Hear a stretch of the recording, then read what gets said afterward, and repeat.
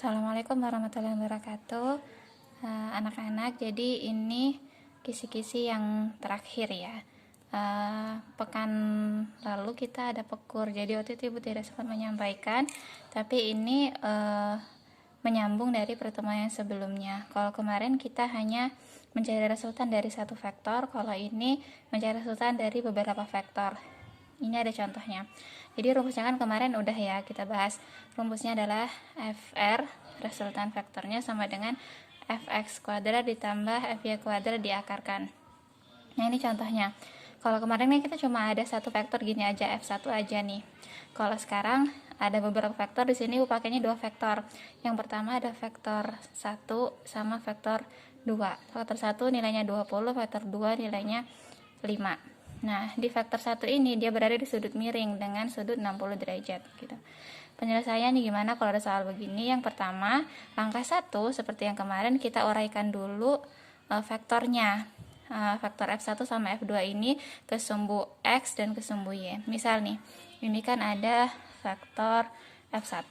Kita fokus ke F1 dulu. Kita uraikan, ini kan sumbu X, kita uraikan ke sumbu X. Tarik garis bayang-bayang ke sini. X kan arahnya ke kanan, berarti arahnya ke kanan. Berarti ini F1 di sumbu X gitu. Terus ada yang di atas lagi, ini ada sumbu Y. Berarti di sini tarik garis bayang-bayang karena ini F1-nya ke atas, berarti F1Y-nya juga ke atas. Ini F1Y gitu. Terus F2 sekarang. Nah, F2 gimana nih? F2 kan dia berada tepat di sumbu X. Nah, kalau dia tepat di sumbu X, artinya dia hanya punya nilai X-nya aja. Berarti F2 ini udah F2X. Karena dia sejajar sumbu X, artinya dia nggak punya nilai Y. Berarti F2Y-nya sama dengan 0, karena sejajar sumbu X. Kalau misal sejajar sama sumbu Y, berarti dia punya nilai Y-nya tapi nggak punya nilai X-nya. Ingat ya, kalau miring kita uraikan dulu satu-satu. Tapi kalau dia sejajar, kalau di sumbu X berarti dia cuma punya nilai X, nggak punya nilai Y. Kalau misal dia sejajar sumbu Y, berarti dia cuma punya nilai Y dan tidak punya nilai X-nya. Gitu ya. Misal ini, kalau ini Ibu sejajar sumbu X, jadi dia cuma punya nilai X-nya aja. Tidak punya nilai F2Y-nya. Berarti F2X-nya berapa? Karena ini di sini cuma dia sejajar, berarti nilai F2X-nya yaitu 5 gitu. Gitu ya.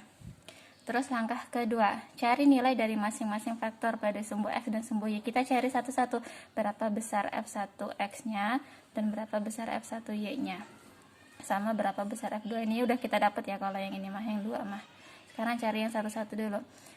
F1X sekarang. F1X sama dengan rumusnya kemarin F1 ya F1 berarti cos atau sin. Kita lihat F1X ada di sini kan. Kalau dia di samping atau berhimpitan sama sudut berarti kan dia kemarin apa? Kalau samping berarti kan cos. Makanya di sini pakai cos. Karena di sudutnya 60 berarti cos 60 gitu.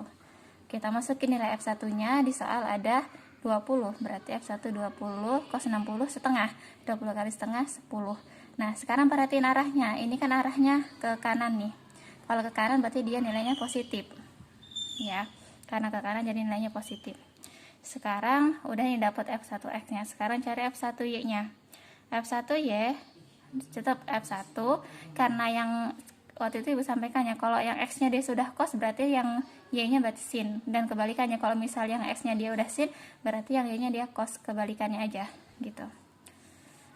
Dah, sekarang kita masukin nilai F1 sama nilainya 20 sin 60. Sin 60 itu setengah akar 3. Cari di tabel yang pernah Ibu kasih.